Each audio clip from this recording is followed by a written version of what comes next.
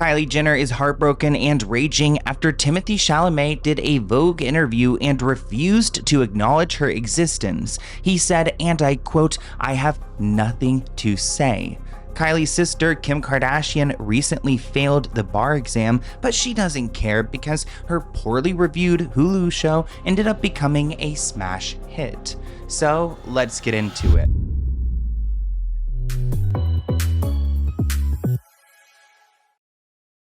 I'm genuinely starting to feel bad for Kylie Jenner because now Timothée Chalamet won't even acknowledge her existence in interviews. He's starting to kick off the press tour for his new movie Marty Supreme that's coming in December, and he did an interview with Vogue, and of course they asked about Kylie. The reporter for this interview noted that Timothée will not talk about his relationship with girlfriend Kylie Jenner. They actually quoted Timothée himself, and he said, "I don't say that with any fear, I just don't have anything to say." So it's Timothy's way of artistically saying, I'm not scared about talking about my relationship, I just don't have anything to say, which is almost even worse. The piece says that he does acknowledge this new chapter in his life. He also points to Zendaya, who's engaged, and other people in the industry his age who are growing up. So I guess he's not trying to ignore the relationship, he just has nothing to say about Kylie. But Timothée was asked about becoming a parent. This reporter really tried to get the tea. He said that that could be on the radar. Timothée does believe procreation is the reason we're here. Okay, state the obvious. Timothée claims that he was watching an interview of a well-known figure, another celebrity, who's bragging about not having kids and how much time it gave them to do other stuff. Timothée said that that made him feel like, holy crap, that sounds bleak. So he wants to have like an entertaining life with kids, which is a good sign because the last report said that Timothée did not want to go and father Kylie's kids with Travis. And you know what? Kylie Jenner's open to having more kids. So I think that that's, they're on the same page as far as that goes. But him not talking about her in this interview, especially with Vogue, where she and her friends, Hailey, they're constantly appearing, was so embarrassing for Kylie. Kylie believed that they were ready to be more public with their romance and was upset to see her boyfriend casually dismissed the topic being her.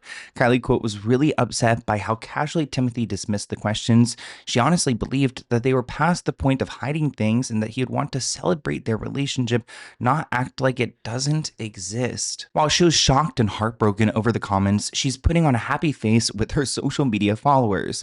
Quote, she's raging, shocked, and heartbroken at the same time, but as usual, trying to put on a brave face for things and keep posting happy social media snaps. Supposedly, their wildly different schedules have not helped their relationship. Quote, it really strained things, a source said. Kylie's been the one reaching out, calling, visiting, but she's beginning to feel like she's putting in all the effort. I mean, she did fly all the way to Budapest to go and visit him. She's traveled everywhere to support Timothée, but he rarely returns the favor. It's starting to really bother her. Now, some industry insider says that Timothy's not really been the kind of person to make his relationships part of the spotlight, which, okay, that's an excuse, but also I understand Kylie's need to have the same effort put in. And immediately when I saw that, I just thought of like Timothy's relationship with Lily Rose Depp, because what do you mean this is not him putting his relationship on display? Because these pictures are wild. Some like need to be blurred. They look graphic. This comment says that Kylie is very naive to believe that this is a real relationship with Timothée. He's trying to build his career and she is simply a distraction when convenient for him. He's clearly not that into her. He can take it or leave it, but he doesn't want to talk about her. Kylie is better off alone than with a boy who doesn't cherish her, which I totally get that. Like,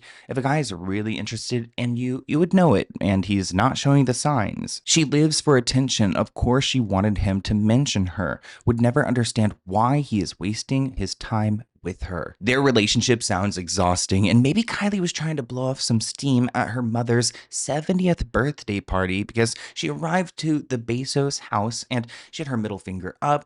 I guess she was turning up. I don't really like when people flick off the cameras. I feel like it's so not cute. Kylie Jenner was feeling sassy and unbothered on Saturday night, giving the paparazzi some attitude. Yeah, that's what you can call it, I guess. How are you gonna roll up and like have your middle finger up to your mother's 70th birthday party. And there were a lot of celebrities there. I don't think anyone else rolled up with their middle fingers up like that. Oprah Winfrey, Adele, Mariah Carey, Tyler Perry came out of the woodworks. You know, he's in a lawsuit right now. Even Snoop Dogg. This comment reads that she flipped a photographer the bird and then paid TMZ handsomely to post about it. This is the third article about this family in less than 4 hours. I predicted we'd have 6 articles on this family this week, but TMZ proved to be wrong and did 6 in a day. Come on, TMZ. Did their PR team write this article? Was she being sassy? Kylie Jenner must have had a really good night at Jeff Bezos' house because she was turned up. Maybe that's why we got the middle finger up, because she seemed drunk, especially after posting this video on her Instagram. No! And I said before you can only have one, I've already given you 3. Kylie, what? Give me one. One. I didn't get a really piece of it. Not the billionaire holding back the chips from everyone else. And we need to help you. We actually could win. Come on, guys. Attack! No, don't be mean. But like the 3 of us could win again. It's out! It sounds like It's only on the side like that. I was giving you, I was being nice by giving each of you 1 chip. I'm with that, but I knew. But Kai, we are your best friends. That was gonna make you want more, and I still gave you one. We are your best friends, and we want the chip that you have in your stomach. Why wouldn't you share? There's Kylie. So many other options. Why do you want this? You know, they're crumbling. I feel like this is the type of sleepover you know you're gonna go hungry. Little pieces. Because you guys have been trying to get them. I might need to save this for tomorrow. That's it. One. Well, they're all crumbly pieces because you guys literally like attacked. So really the rations have improved. Not those. Nice. I'll do it with you guys. Okay. Oh, thank you. Oh. Okay, 1, 2, 3. So yeah, it seems like she was just trying to forget about whatever's going on there, and I get it. And the comments were loving it, saying that Kylie is really beautiful all the time. LMFAO from her friend Hailey. Somebody quoted her, "I was being nice, giving each of you 1 chip." Somebody said, "I wonder what it's like to be rich and make a joke, laughs in silk pajamas." Somebody else quoted her, "I knew that was going to make you want more, and I still gave it to you." Comment below if you are one to get protective over your food. I especially am whenever a dog is near.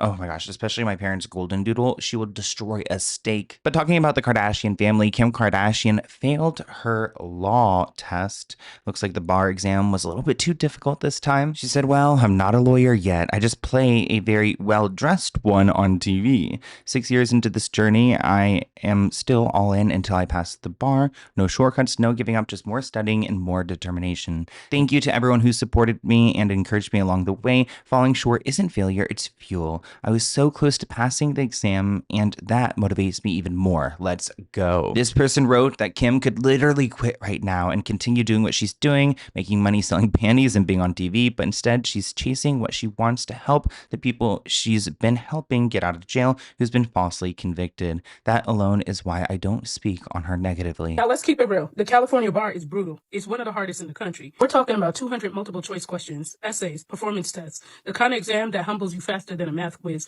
with letters in it, okay? But here's what I like. She's not running from the L, she's owning it. She's showing people, even billionaires, get humbled by tests and things that happen.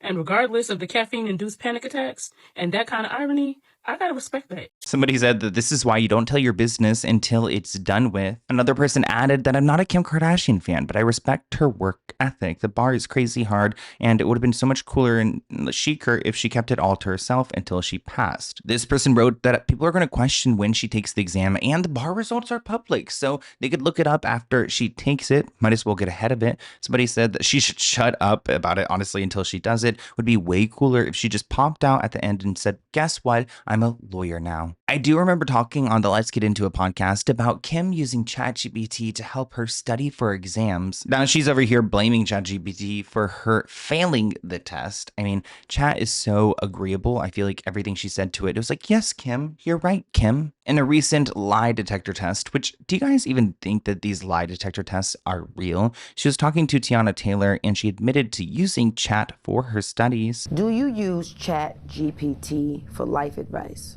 No. Do you use it at all? Yes. What about dating advice? No.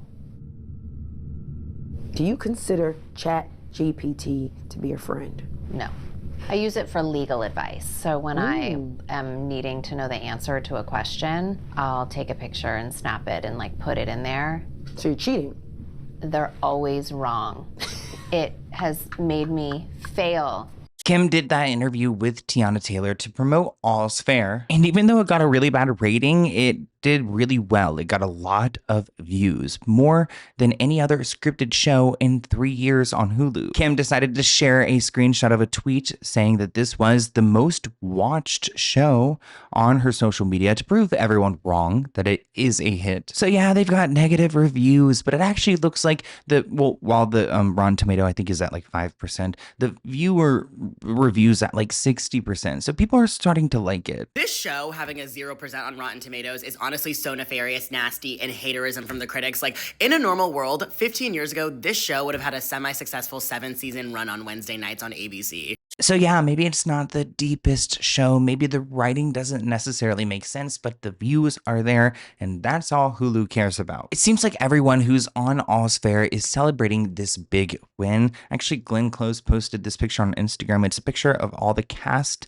eating critic bunny stew, which is a little bit bizarre, but I guess they're just like mocking the critics as far as the success goes. This person tweeted, "Some of the worst acting I've seen in my life alongside the most predictable storylines and the most ridiculous styling. I'm obsessed. I need 14 seasons." All's Fair on Hulu dares to ask the question, does the show need to be good? The answer is no, it doesn't. We have legendary actresses here giving the worst performances of their careers. It takes a special kind of talent to pull that kind of inability out of them.